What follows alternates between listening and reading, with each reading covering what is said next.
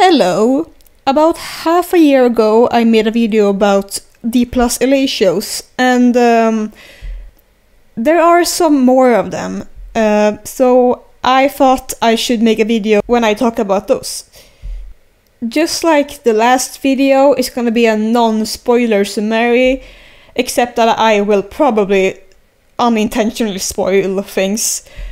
And the reason I waited for this was that I also wanted to make a review about a season 2 that has come out on the first D+LA show, aka Entrelazados, or in English, Intertwined. Before I also wanted to talk about the live show they did of Entrelazados, but I didn't really... I tried recording it and I just failed at it, so yeah, it's not really gonna be a thing, but I will try to mention a bit of it when I get to it. Nonetheless, the first 3 parts of this video is gonna be about the 3 D+LA shows. You gotta keep the 2 separately.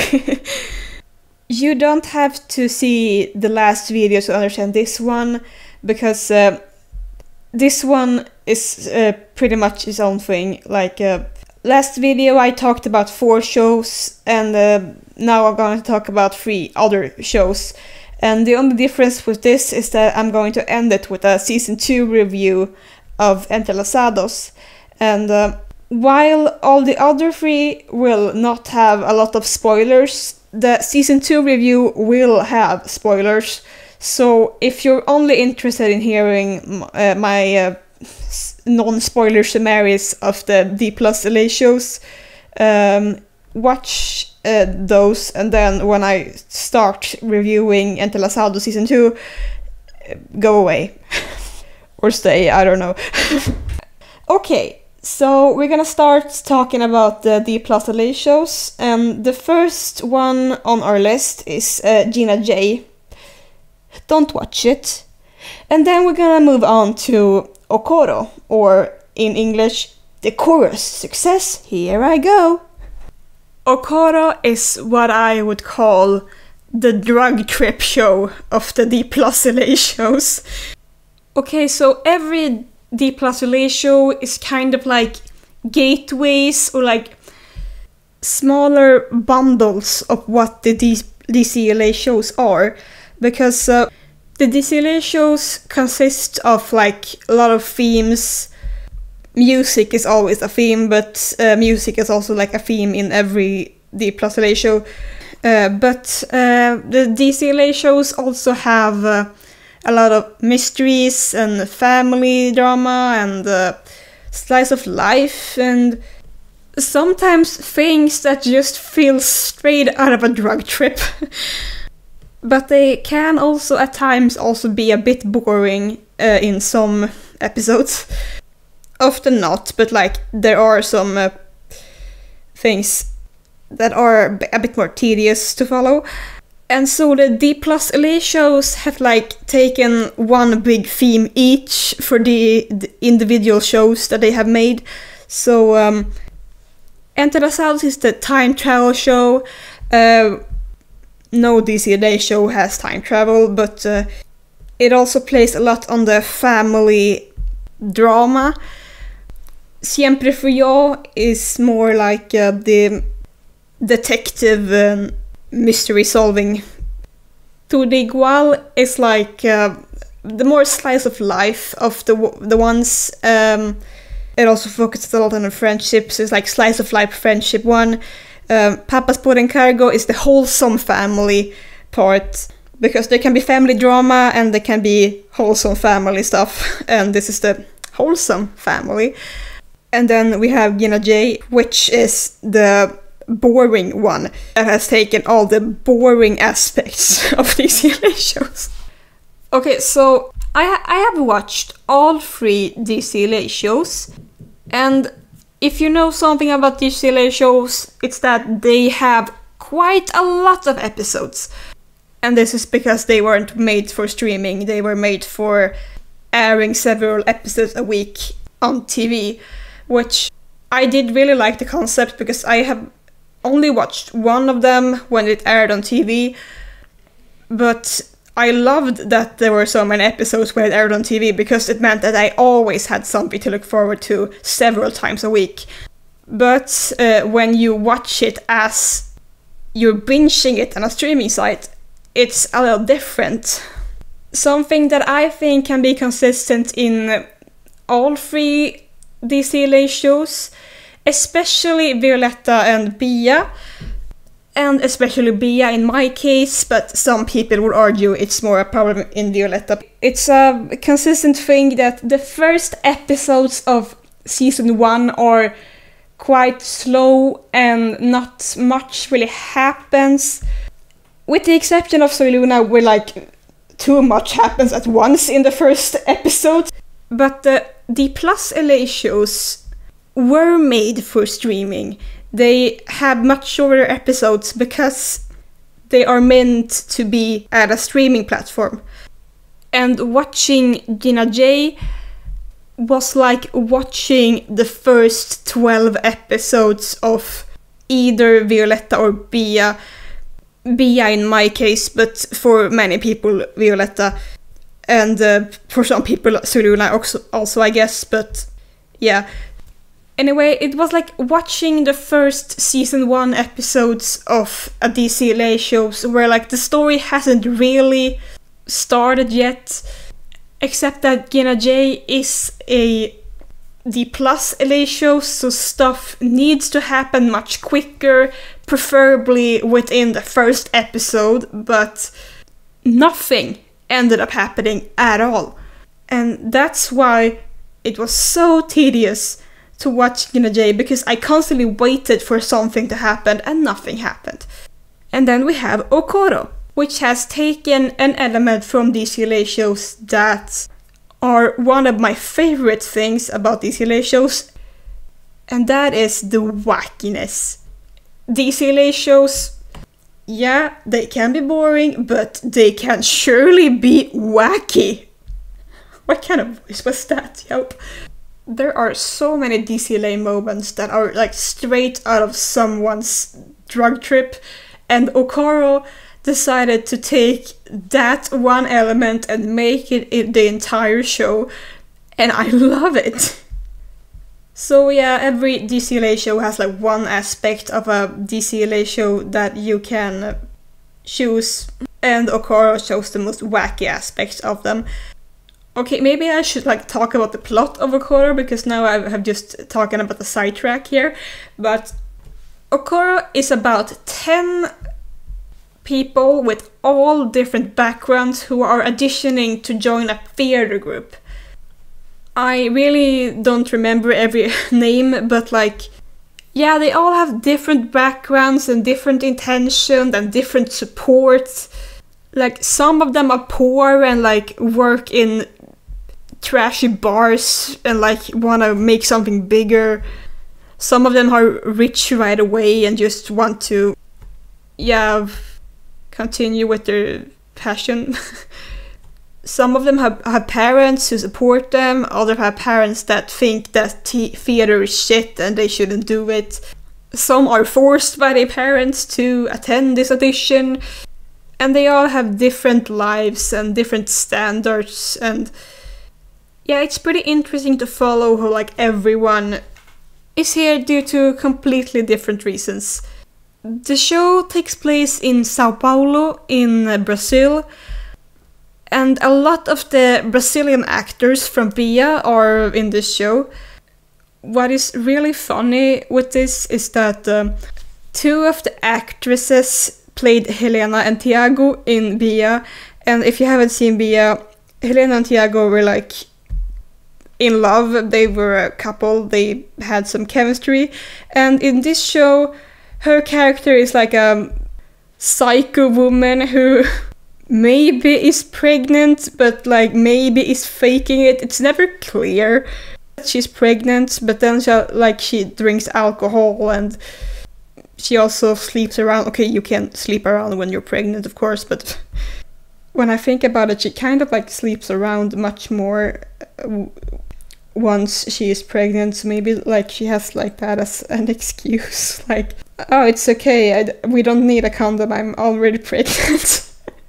I don't know. Anyway, she's pretty mentally unstable, and his character is like a really flamboyant dude who like tries to seduce one of the producers. Anyway, the mentally stable woman and him, they kind of form a bond, and it's a bit funny how like they are always soulmates in every universe. In one show they are romantic soulmates, and in this show they are platonic partners in crime. Besides all the people auditioning, there's also the producers and directors, and they have kind of their own drama. Like, all of them cheat on each other, and everyone has had like 4 wives or husbands before they have married their current partner. 2 of them also have a son, and like his storyline is really weird because like he and this girl from his school like have a project that they are gonna film everyone doing auditions, and they are kind of just there. When there are over 10 characters, you care a bit more about some of them than you do with others. But I think everyone has their own struggles. There's a boy whose mom is like overprotective of him and just lets him... basically she always watches his auditions and like always is in the audience, and he like feels like he needs to get away from her. I don't find him that interesting. His mom is more interesting than him, actually.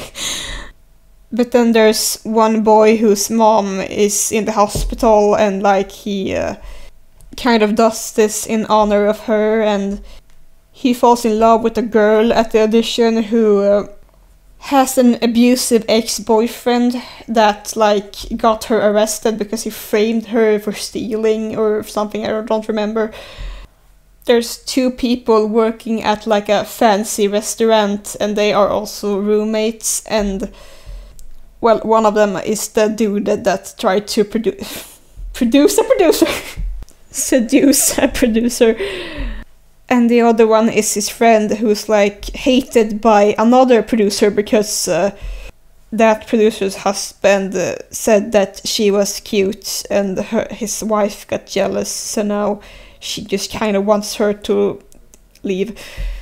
Then there's people working at like a more trashy bar and like don't have a lot of money, and so they just wanna step up in the world. And you know, there's a boy whose dad is an alcoholic, so he has some struggles at home. And then there's the mentally unstable girl who maybe is pregnant or maybe she's not. A consistent thing in the show is that they always sing a lot of old Brazilian songs, both from musicals but also like from just popular songs from the 80s and 70s and 90s that were popular in Brazil at that time. And my personal favorite is their cover of this song. Pensa em mim, chore por mim, liga pra mim, não liga pra ele. Pensa em mim, chore por mim, liga pra mim, não liga pra ele. I also found it funny because the producer like gets hypnotized by his charm and like imagines him all alone with like pictures of him in the background and like, what? Also, there's like 4 gay men in this show. 2 of them are married or at least together, and the other 2 of them are in love with each of the men. So it's just this gay love square going on. I thought Okoro was really entertaining, and I think it's one of the best D+LA shows I've seen, actually. I'm gonna place it at number 3 in my top 7 lists, because there's 7 D+LA shows, I think. They may produce more in the future, we'll see. or there's some I haven't seen yet that I should watch. We'll see. But in my top 7 of the D+LA shows I've seen now, I will place Okara at number 3. Number 1 will be Pappaspår and Cargo, and number 2 is Entrelazados. Just so you know. I just love when shows just are whack and it feels like whoever wrote them took drugs. I think that's hilarious. Alright, next on the list is Terra Incognita, which has the same name in English because, well, the name is the name of amusement park in the show. This one is a bit interesting because I've mentioned that every D+LA show kind of takes from one or some small aspects of a DCLA show and like makes it the whole big theme of the show. And in Terra Incognita, they kind of have like a horror thriller vibe going on, also a supernatural thing going on. I guess the only like similarity to a DCLA show that this has is the family mystery / drama, but otherwise it's pretty different.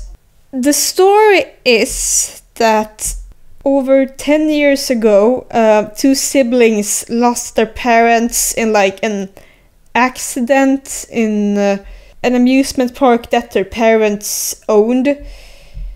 And now they live with their grandparents, but the son has decided that he wants to go back and investigate what the heck happened to his parents. So he does that very thing, and he meets up with his old childhood friend in his childhood town, and they start investigating together.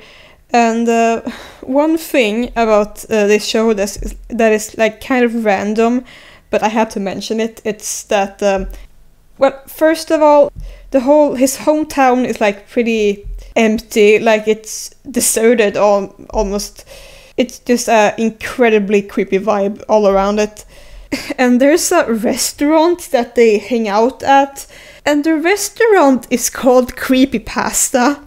And it took me too long to get the reference. Anyway, they go into this amusement park that's abandoned and locked down, but they manage just to sneak in every time. And they encounter something mysterious or something creepy every episode when they go around investigating every ride. So I thought that this show would kind of be like them just trying to encounter what happened to his parents. He thinks something, and then it turns out something else happened, and like mystery is solved. But this show took an entirely different direction, a direction that I did not expect at all. Without spoiling too much, so they think that there's something like unexplainable happening at the amusement park, like it's haunted or it's whatever. And I thought that, okay, maybe it's like haunted because this has a bit of a horror vibe, but probably there's gonna be some more like logical explanations for a lot of things too, and then they're gonna solve everything in the end and it's all gonna be good. No, the amusement park is haunted in a way, but like not really by spirits, but rather zombies. Zombies possessed by witchcraft. His parents just, well, it's unclear what they did because the season really ended on a cliffhanger with more questions unanswered than answered. And obviously I'm not gonna spoil the ending, but like the ending was really like, what? Anyway, the amusement park is just like cursed altogether. And to be very honest with you, I wonder if the creators created this with inspirations from creepypastas. Like, we have probably heard about creepypastas with like cursed locations and definitely cursed amusement parks. And I can see Terra Incognita definitely be a creepypasta that someone has posted, like, oh, don't go here because if you go on the rides, you will become a zombie possessed by witchcraft. Don't go in the labyrinth, that's the most dangerous thing. Don't go in the house because, well, you might never come out again. I gotta say, this show was pretty thrilling to see, but it left me with a lot of questions. Some random things to mention, because I can't really mention more about the plot, because then I will spoil the plot. But there are these like random twins who always just sit on swings and stare at people. And honestly, if I had a twin, we would do that. That just seems like a normal twin behavior to me. So this is the first D+LA show that takes place in Argentina and does not take place in Buenos Aires, because every time a show takes place in Argentina, whether it's D+LA or D+LA, it's in Buenos Aires. But now they are in Argentina, but are in this deserted small town. It's good to know that they have more than one place in Argentina. This was probably the show where I could predict the least, so that was pretty exciting. However, it was really not my favorite D+LA show. Like, it was entertaining and it was fun with like the supernatural mysteries. I couldn't really predict anything, but I wasn't really as I guess engaged in the show as I was with some previous ones.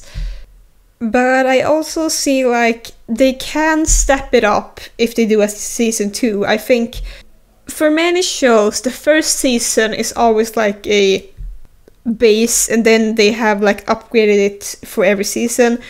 And I think if they started like this and the way they also ended this season, I really think that they absolutely can step it up in season 2. I think a season 2 would probably be really exciting. But season 1 is a bit like meh, but it's fun. And I wanna eat at a restaurant called Creepypasta. And now I will talk about season 2 of Entrelazados, and I will 100% spoil absolutely everything, so if you don't want to hear any spoilers, or if you just are not familiar with Entrelazados, then turn off this video, you can leave now. Or if you want to stick around, even if you have not seen season 1 at all and doesn't really know the plot, you can do that, that's fine, but you probably will be a bit confused, but you do you. So, season 1 ended with Marco coming to the future, and so the first episode kind of like establishes what is he doing here, why did he come to the future, what is going on. I gotta say, him, Allegra and Felix are really a funny trio. If this show was American, I think that there would be a lot more fan art of them just like hanging out as a trio, or like people making videos about their funky dynamic with each other. Get a lot of time travel lore in this season, and I think it's really exciting to like learn about how the bracelets works. And in season 1, when Allegra time traveled, there was green smoke, but now when Marco time travels, there's purple smoke. And we learned that it's different when it's different kind of smoke. For example, if I recall, green smoke means that you just need to learn something, but purple smoke is that you're on a mission and you have to like learn what your mission is within 12 days, otherwise you will fail. And when Marco time travels, he doesn't time travel from 94 to 2021. He time travels to 1975, and meets his dad as like a bar owner or something. I do like the time travel aspect that everyone like meets their parents as younger versions and they like learn about all of that. I also think that Marco is like a bit better at time traveling, because Allegra in the last season, she was like way too excited, wanted to like interact with her mom as a teenager all the time and like intervened in every way that she could. But Marco, he like tries to stay low. When they spot him, he says that he's gonna fix the piano, and then he just like pretends to fix the piano while he listens to their conversations. And while Allegra kind of like almost messed everything up, he just witnesses everything, and like sometimes he just gives them some advice, but like it's more the other characters who just like does stuff on their own without him just doing that much really. The big thing that he really does is like help them perform at the bar, and he gives his dad the idea of turning the bar to like a performance bar, so like it draws more people. Worth mentioning is that at this bar also Allegra's grandma Coco works when she was like 20. And she apparently also lives with her mom and her grandmother, so I don't know for how many generations they have just lived with like a mom, a grandmother and a daughter. It's been like this for at least 4 generations now, and none of them have dads in the picture at all. We don't know who anyone's dad is except for Coco's, because her mom, when she was young, time traveled to the 1800s, slept with a man from the 1800s, and that's Coco's dad.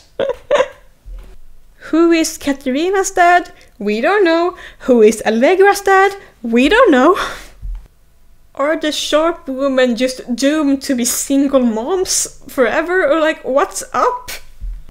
I have a theory that Pedro might be Katerina's dad, but I don't know, because like Coco seems to have a similar relationship to him that she had with Tomas, and the only one Katerina has ever been romantically involved in is Diego.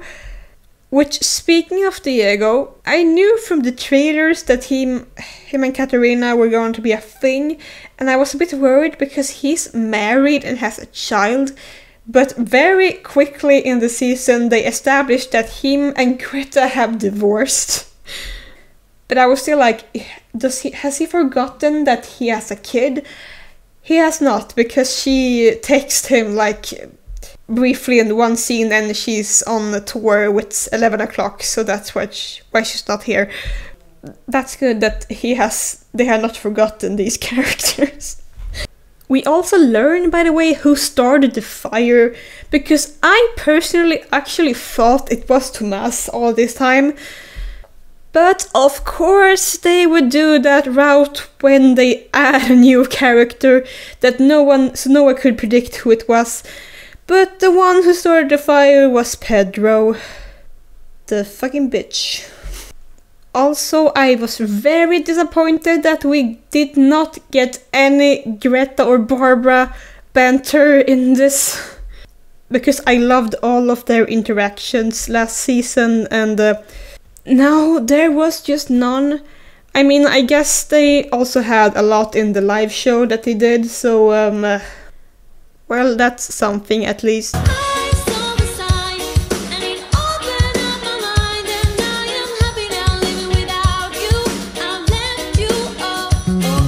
I think it's because last season had this 90s theme and this season instead had a 70s theme, so we didn't really see any of the 90s characters, except in one episode where Marco like randomly time travels to the 90s.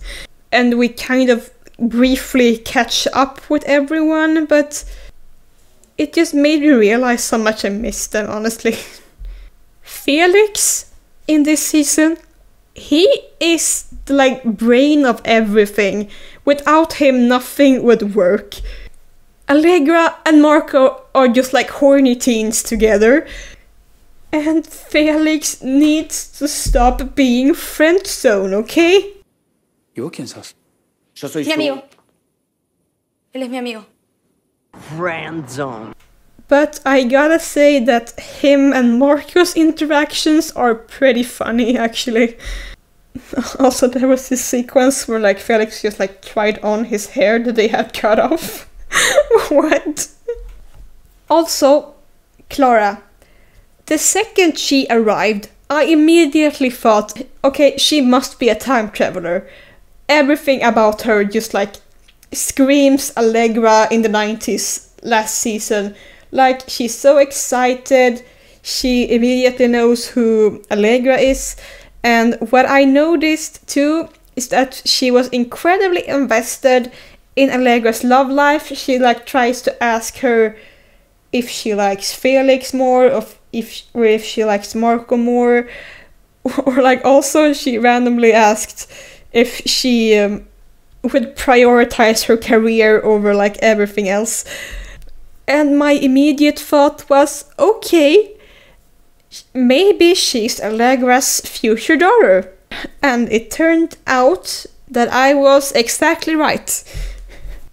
I really wonder what Clara's plan really was with the time travel. Like, either she wants to fix the relationship with her mom in the future, because it's a thing that the sharp women just don't understand their mothers. Another reason could be that she's trying to figure out who her father is. Because that's also a thing with sharp women. They are always single moms and none of them have dads.